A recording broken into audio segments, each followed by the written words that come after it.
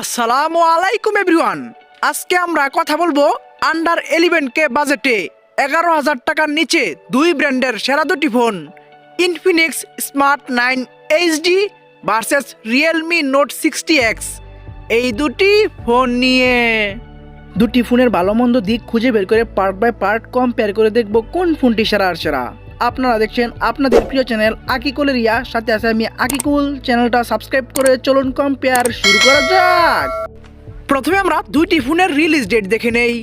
Infinix ফোনটি 23 November 2024, অন্যদিকে Realme ফোনটি 11 জানুয়ারি 2025 সালে বাংলাদেশে রিলিজ করা হয়।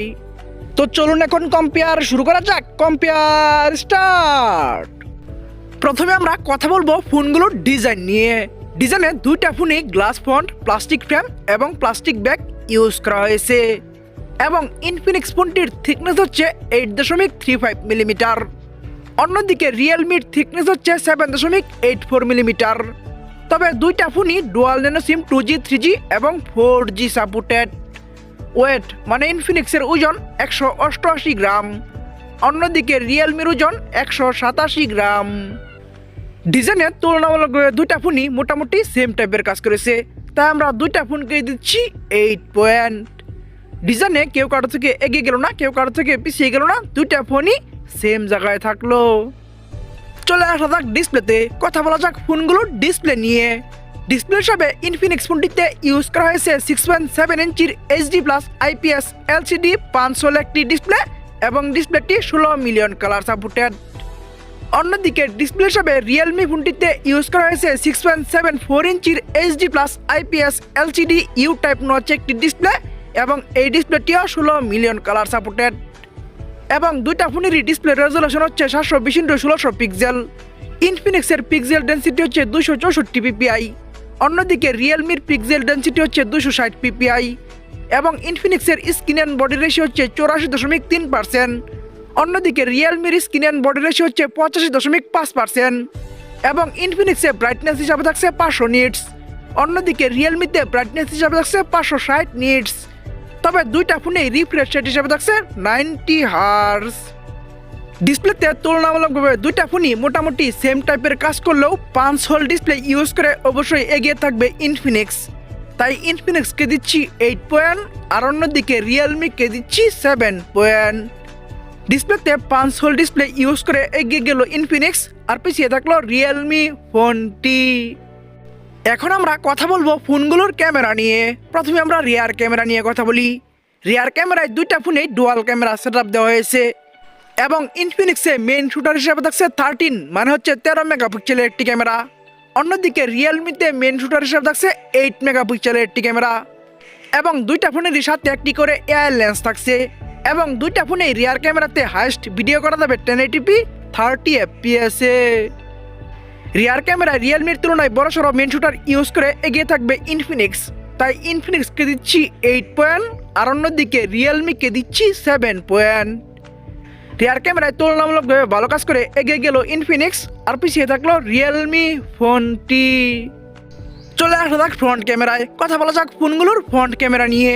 ফ্রন্ট ক্যামেরায় ইনফিনিক্স ফোনটিতে ইউজ করা হয়েছে 8 মেগাপিক্সেলের একটি ক্যামেরা, অন্যদিকে রিয়েলমিতে ইউজ করা হয়েছে 5 মেগাপিক্সেলের একটি ক্যামেরা। তবে ফ্রন্ট ক্যামেরাতেও দুইটা ফোনই হাইস্ট ভিডিও করা যাবে 1080p 30 fps এ। ফ্রন্ট ক্যামেরাতেও রিয়েলমির তুলনায় বড়সড় ফ্রন্ট ক্যামেরা ইউজ করে এগিয়ে থাকবে ইনফিনিক্স, তাই ইনফিনিক্সকে দিচ্ছি 8 পয়েন্ট আর অন্যদিকে রিয়েলমিকে দিচ্ছি 7 পয়েন্ট। রিয়ার এবং ফ্রন্ট মানে ক্যামেরায় এগিয়ে গেল ইনফিনিক্স আর পিছিয়ে থাকলো রিয়েলমি ফোনটি। এখন আমরা কথা বলবো ফোনের একটি গুরুত্বপূর্ণ বিষয়, র্যাম, স্টোরেজ এবং প্রাইস নিয়ে। র্যামের দুইটা ফোনই একটি করে ভ্যারিয়েন্টে অ্যাভেলেবেল 4GB, তবে ইনফিনিক্সের সাথে আরও 4GB ভার্চুয়াল, অন্যদিকে রিয়েলমির সাথে আরও 8GB ভার্চুয়াল র্যাম ইউজ করা যাবে এবং স্টোরেজেও দুটা ফোনই একটি করে ভ্যারিয়েন্টে অ্যাভেলেবেল 64GB এবং মাইক্রো এসডি মানে হচ্ছে এক্সট্রা মেমোরি কার্ড দুইটা ফোনেই ইউজ করা যাবে। ভিডিও অফিসিয়াল প্রাইসেও দুইটা ফোনই একটি করে ভ্যারিয়েন্টে অ্যাভেলেবেল। ইনফিনিক্সের প্রাইস 10,799 টাকা 464 আর অন্যদিকে রিয়েলমির প্রাইস 10,999 টাকা 464। এই একটি করে ভ্যারিয়েন্টে ফোনগুলি বাংলাদেশে অ্যাভেলেবেল। র্যাম, স্টোরেজ এবং প্রাইসে দুইটা ফোনই সেম র্যাম স্টোরেজ দিলেও তুলনামূলকভাবে প্রাইস কিছুটা কম রেখেছে ইনফিনিক্স, তাই ইনফিনিক্সকে দিচ্ছি 8 পয়েন্ট, আর অন্যদিকে রিয়েলমিকে দিচ্ছি 7.5 পয়েন্ট। র্যাম স্টোরেজ এবং প্রাইজে র্যাম স্টোরেজ সেম দিয়ে প্রাইস কিছুটা কম রেখে একটু এগিয়ে গেল ইনফিনিক্স, একটু পিছিয়ে থাকলো রিয়েলমি ফোনটি। এখন আমরা কথা বলবো একটি ফোনের সব থেকে গুরুত্বপূর্ণ বিষয় প্রসেসর এবং পারফরমেন্স নিয়ে। প্রসেসর হিসেবে ইনফিনিক্স ফোনটিতে ইউজ করা হয়েছে মিডিয়াটেক হেলিও G50 12 ন্যানোমিটার আর্কিটেকচারে বিল্ড করা 2.2 GHz একটি অক্টাকোর প্রসেসর। নিউ প্রসেসর লিস্টে এই প্রসেসরটি 165 নাম্বার আছে। এই প্রসেসরটির আনটোটাল স্কোর হচ্ছে 1,83,000+ এবং গিগবেঞ্চ স্কোর হচ্ছে সিঙ্গেল করে 220 এবং মাল্টি করে 864 এবং অ্যান্ড্রয়েড ভার্সন হিসেবে থাকছে অ্যান্ড্রয়েড 14।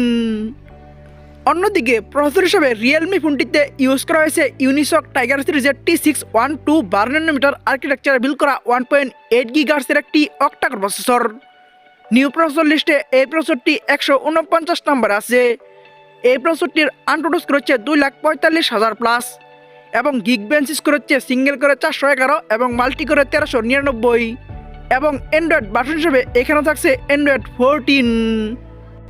প্রসেসর এবং পারফরমেন্সে দুইটা ফোনই same Android version Android 14 use করলেও তুলনামূলকভাবে প্রসেসরটা ভালো দিয়েছে রিয়েলমি, তাই রিয়েলমিকে দিচ্ছি 8.5 পয়েন্ট, আর অন্যদিকে ইনফিনিক্সকে দিচ্ছি 7 পয়েন্ট। প্রসেসর এবং পারফরমেন্সে প্রসেসরটা ভালো দিয়ে এগিয়ে গেল রিয়েলমি, আর পিছিয়ে থাকলো ইনফিনিক্স ফোনটি। চলে আসা যাক ব্যাটারিতে, কথা বলা যাক ফোনগুলোর ব্যাটারি নিয়ে। ব্যাটারি হিসাবে দুইটা ফোনেই ইউজ করা হয়েছে 5000 mAh এর ব্যাটারি এবং ফাস্ট চার্জিং হিসাবে দুইটা ফোনই থাকছে 10 মানে হচ্ছে 10 ওয়াট এবং দুইটা ফোনেই টাইপ সি ইউজ করা হয়েছে। ব্যাটারিতে দুইটা ফোনই সেম টাইপের কাজ করায় আমরা দুইটা ফোনকে দিচ্ছি 7 পয়েন্ট। ব্যাটারিতে কেউ কারো থেকে এগিয়ে গেল না, কেউ কারো থেকে পিছিয়ে গেল না, দুইটা ফোনই সেম জায়গায় থাকলো। এখন আমরা কথা বলবো ফোনগুলোর সাউন্ড নিয়ে।